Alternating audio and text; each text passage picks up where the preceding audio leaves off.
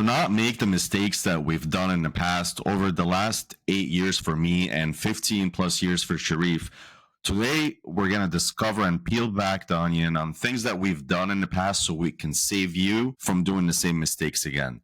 So today we have Sharif on here on the podcast, and we're going to talk a little bit about things that he did wrong and things that he should have not done, and also for me as well. So, Sharif, you want to kick it off and just kind of go back in time and things that you're looking back now. And these are not things that we regret at all. I mean, maybe a little bit, but we just want to try to tell people some of the things that we had to pay for early on during our careers so they don't have to do the same thing. Yeah, Peter, I definitely want to talk about this. And just to comment about that, I'm like looking at the date right now. 19 years in real estate is what I have. Wow. Wow, I'm old. I'm Yeah. one of the seniors now, but things I wish I didn't do, early in my career, man, there's a bunch of them, Pete. I mean, from the start, first thing I can come to think of is I wish I didn't do everything myself. I remember those countless hours of doing everything from start to finish, all admin tasks, drafting my own contracts and listing agreements, adding things to the MLS. What time suckers all those were, man. One of the best things that I think we both did were to get coaching and try to correct what we were doing wrong. And I really wish someone actually sat me down a little bit earlier and told me the things that you're doing are actually hurting you more than they're helping you. So I think one of the things, early on was doing things myself, everything myself. What about you, Pete? For me, I wish I definitely would have gotten into real estate sooner or just quit my 9 to 5 a lot sooner. It was a very hard decision that I kept on kicking off down the road and just waiting for the right things to align or make certain income. But I did both of them. I was a dual career agent for 2.5 years, and COVID actually helped me make that decision sooner, to the point where when COVID happened, I was like, see, I should have not even thought about getting into real estate because I thought real estate market was going to crash.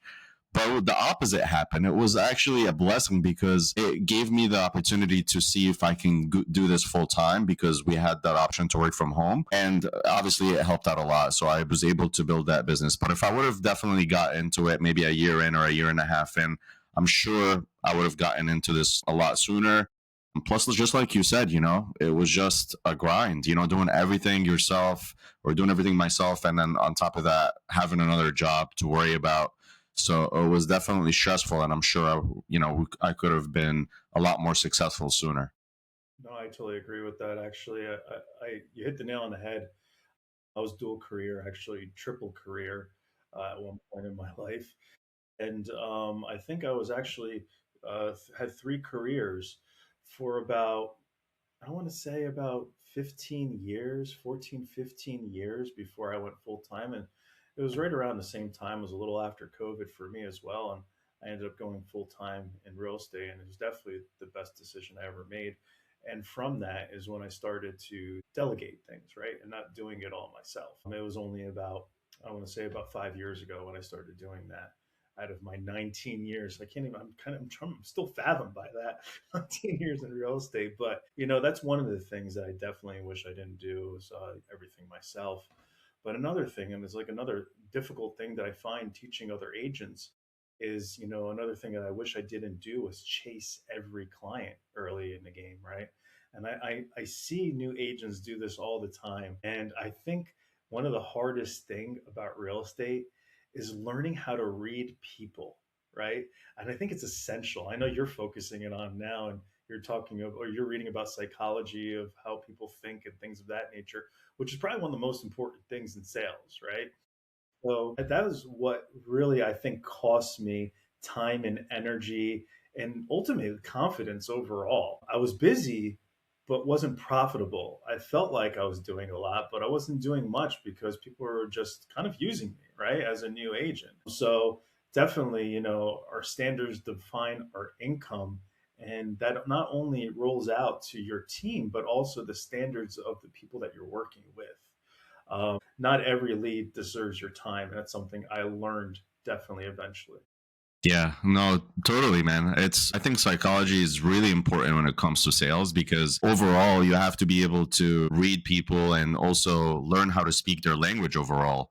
Because otherwise, you're speaking the same thing to people that won't even understand, right? Like some of the things that we learned, both of us early on during our coaching with the company we were with, is the disc profile, for example. You know, that part of that is psychology because understanding that humans behave differently or think differently, and there are certain triggers that will get them to listen a little bit more. So really talking their language when it comes to presenting anything to them overall, because that's really important. You know, you can't sit somebody through data and analytics if they don't care about it and just kind of punish them to go through it. So we have to kind of understand that and just talk their language right off the bat. And it's the same thing with leading our team because we're essentially selling them to be a better version of themselves every single day.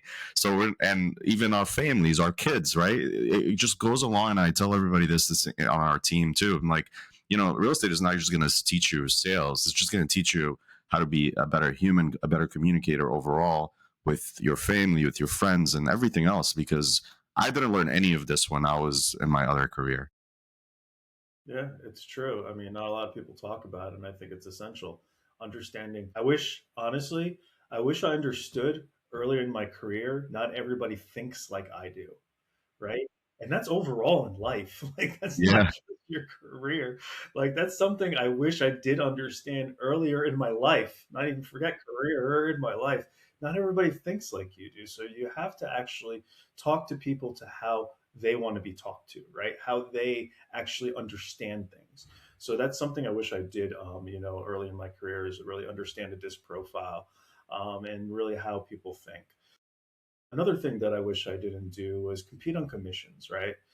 I know earlier in my career, I used to discount myself more than I should have. And I really thought the price was the deciding factor and it wasn't the value that it provided. And I've learned now that it's really about value. And what you charge is based on how you present that value. So that's something I wish I really did early in my career is not discount myself. Agree. And I fell in the same boat too. It was one of those things where, especially when you're a dual career, you think, oh, 2% is better than nothing, or 1% is better than nothing because you had that side income on the side. But what tends to happen over time, and that happened with me, is that it starts becoming a pattern where you go in there and be like, this is you're discounting yourself, you're discounting your services, and this is going to be okay for everybody. And there is no line to draw when you want to really present value, because at the end of the day, if you don't understand the value, and I think part of it too, at least for me, Sharif, and I don't know if it was the same thing for you, was a light bulb moment when I started looking at my expenses to figure out how much each listing cost, right? So between the photos, the listings, the now that we have to pay people to help us with putting the listing on the market, managing the transaction and everything else, and the commission that we get gets split in so many ways because we have to pay a lot of these people the lead source and everything else, and not every listing closes. It was like, no, I'll be at a loss. I'm not just like, now I'm just gaining 1% better than nothing. It's just, no, I'm actually at a loss at this point. So that was also one of those light bulb moments that I was like, okay, well, no, I have to make sure that I get at least X%, at least for it to make sense. Otherwise, I'm just, this is a charity business. No, I totally agree with that. I mean, I think confidence and value matters more than price, right? And building that confidence is what gives you that strength to actually negotiate what you think your value is worth. So that is very important, something that you learn with experience, unless someone is actually mentoring you and showing you the way. And that's another thing, that I wish I did earlier was actually find a mentor or a coach that could actually show me a way a lot earlier in my career. That would have saved so much time and so much heartache. I mean, the blood, sweat, and tears that we put into building our businesses, you can avoid a lot of that by hiring someone that knows more than you to show you the right direction to walk. That's something I really wish I did earlier. Yeah. One thing too for me was also listening to the wrong people for advice. And I talk about this because in the beginning, we don't know who to go for when we're trying to especially get real estate advice, right? Like I tell a lot of people, especially on our team, when they're going through a tough situation or something in business, they go to their friends and family member and talk about the problems that they have. And then you just got to be careful of the advice that you take from those people because they're not in a business with you, right? They don't know how the business works and everything else. So when I first started, I was getting advice from people that are not even in the business altogether. And they would tell me, oh, maybe you shouldn't focus so much on hiring a coach. You can just look at YouTube videos. Why would you pay thousands of dollars for coaching? And that was, it took me a very long time to get into coaching or figure out that I need people to help me or even pay a salary. Like I remember I was speaking with you at one point when you were mentoring me, and I was having a hard time bringing in an admin, and you were like, if you don't hire, I'm a hire. I'm like, okay, sure, if I'm gonna hire. And thank God for Begonia now. My God, yes. Dude, I can't. Our business wouldn't function without her. So it was one of those things where you have your mentor, which you should listen to, but then you also have your friends and family members who are like, you're spending how much to bring it on a person? You're crazy. Like, of course, it's a big commitment, but why would you even listen to a person that doesn't know your business, right? No, that's absolutely true. And that's really something I wish I did earlier is find people that understood the business better than I did, right? And be coachable and just take their advice. I wish I had that around me earlier in my career. And it's something that, although I don't have regrets for anything, obviously, but I wish, I did save the time and the stress and just finding someone that can actually guide me. And with that, one of the things that I got from, coaching that I wish I did earlier in my career was speed to lead and consistent follow up. Like that is like a game changer. I didn't even realize that. I mean, I remember when I first started buying like, Zillow leads and realtor.com leads, I wasn't really focused on the whole speed to lead and didn't understand that really the gold is in the follow up. And, even I would try to reach out to the newer people that hit our database, or even at the time, I didn't even have a database, just the ones that I got emailed to me. And I never really consistently followed up because I didn't have a database. So a couple things there was just I wish that, I understood that your database is everything, speed to lead is essential, and follow up is where the gold is. Those are the things that I really, really, really could have benefited from earlier in my career. Yeah, to piggyback on that is similar to the follow up. It just I wish I would have started using a CRM sooner and not just using it at the highest level. Before I met you, Sharif, I had a mentor also that was trying to get me to use a CRM, but it was a very clunky CRM. But he kept on telling me, you got to use a CRM. You got to use a CRM. And I'm like, I don't understand what you're talking about. Why do I need to use a CRM? Why can't I just call people on my phone? Why do I have to do the extra legwork to? And that was before Follow Boss, that it didn't record conversation, it didn't transcribe the conversations, and it wasn't like that, right? But it was more manual, right? Where okay, you speak to a client, you add the notes, you follow up, you set a task, and all of these things happen. But to me, it was just like an extra like piece of work that I had to do, and I just didn't understand it.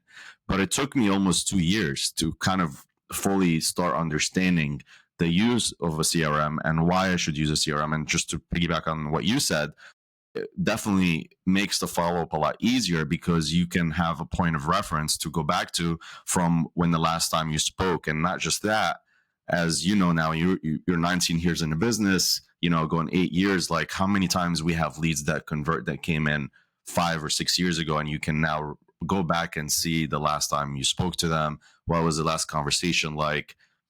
Maybe things about their family. Like, I encourage a lot of our team members when they go and meet a new client, and let's say they know their kid's name, or talk about that, or their age, or their pet's name, add that on the CRM so you refer back to it when you meet them again. And like, how is your daughter?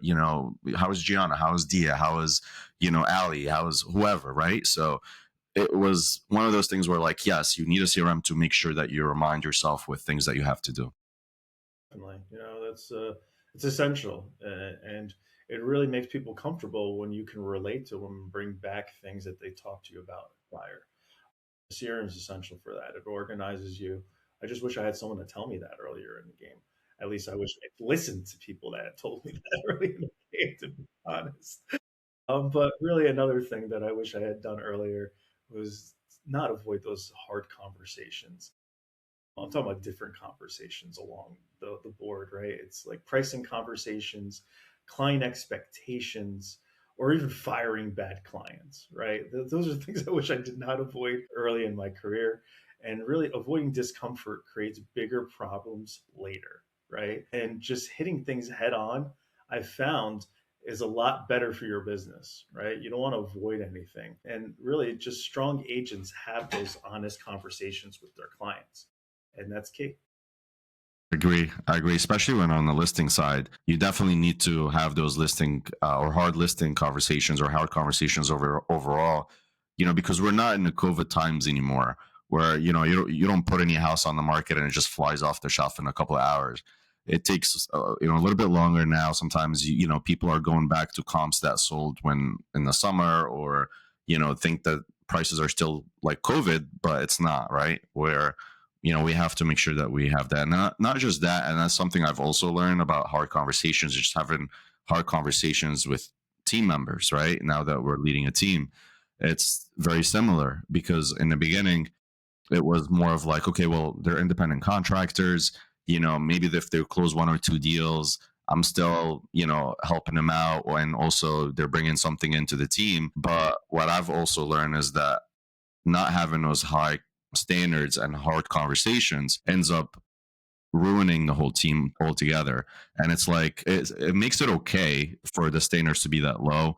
And what I saw once we started raising the bar and increasing the standards on the team, that the team ended up being more productive. They're closing more deals with less people. So it was a game changer for us too. Definitely, those hard conversations, and avoiding them really causes more problems than you anticipate. And really having those conversations with people does make things better in the long run. So that's something that I wish I had done earlier, definitely in my career. Another thing is confusing progress with activity, right? Everyone thinks if they're active and they're progressing, but the fact is that's not always true. Like I remember, like I felt like I was productive, but it wasn't intentional, right? A lot of it was reactive real estate. uh, Getting organized and actually developing a schedule so that was more intentional and making the calls and booking appointments and making sure that my calendar was full, right, rather than just reacting to things that came through the door. That's something that I wish I had done earlier in my career. I could see it benefits a lot more now that we do that. And appointments, revenue, and relationships matter. That's the lesson that we take from that. And busy doesn't always equal effective, right? You could be busy, but wasting a whole lot of time. So that is something I wish I had done earlier in my career, is just organize my time and really understand you got to be proactive rather than reactive. I mean, most people now wake up and do well. Like the first thing I think most agents do is they don't have a set schedule to wake up every single day, or they wake up whenever they feel like it. Because when we both interview a lot of people on a weekly basis, and the first thing when I ask people, and this is usually my first question, what made you get into real estate? And usually most of the answers are like, well, I want freedom, or I want the flexibility to create my own schedule. And a lot of real estate agents get into this business because now I have the freedom to create my own schedule. Yes, you do, but it doesn't mean that you wake up at 11 a.m. It doesn't mean that you start your day by start looking at your MLS whenever you feel like it. Like it needs to have a structure, just like you said, Sharif. And I think that's the reason why most agents are not successful. And they also wait for something to happen, like you said, being reactive, wait for a message to get sent to them by a previous client or a DM from social media. And there's no way of being proactive where they're consistently building a pipeline, so they can have some sort of a potential pipeline that will close in 3 months, predictable pipeline in 3 or 6 months. So that's also really important. And one of the things too that I wanted to touch on that I also did as a mistake early on is not really understanding P&L statements, right? And looking at how much I'm spending versus how much I'm getting.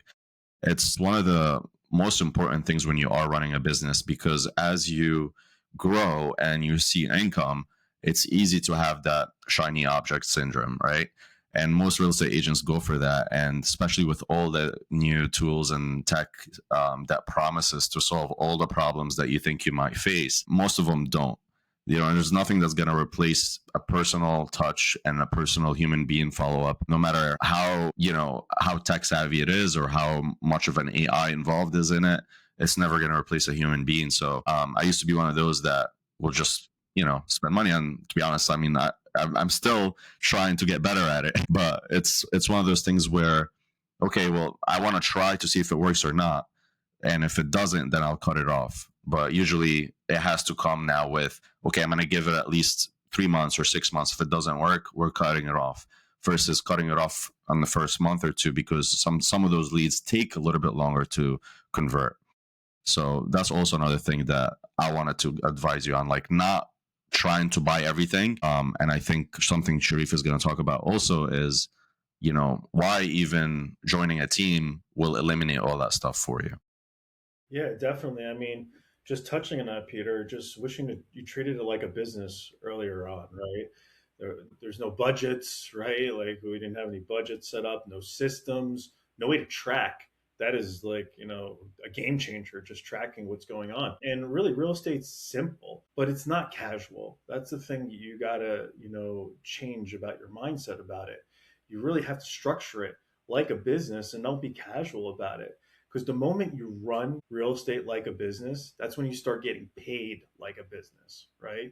So you have to understand that part of it. And yeah, you're correct, Peter. I wish earlier in my career I had found, a real estate team that kind of functions the way that we do now, right? So that I could have learned from someone else, just like what I said earlier in this podcast. Finding a mentor, finding a coach, someone that can actually show me the way, and so I can have a better understanding of the business is something that I wish I had done. Yeah, no, totally. I mean, how many hundreds of thousands of dollars did we waste on things that didn't work, and hundreds of thousands of dollars on coaching calls and all of these things? It's not a waste, but if for a team member to come in and plug in on systems that are working, proven, we both are coaches ourselves, and we coach other agents. Like they're coming in and getting all that stuff without having to spend a dollar up front. If I had known that back then, absolutely, I would have definitely joined the team.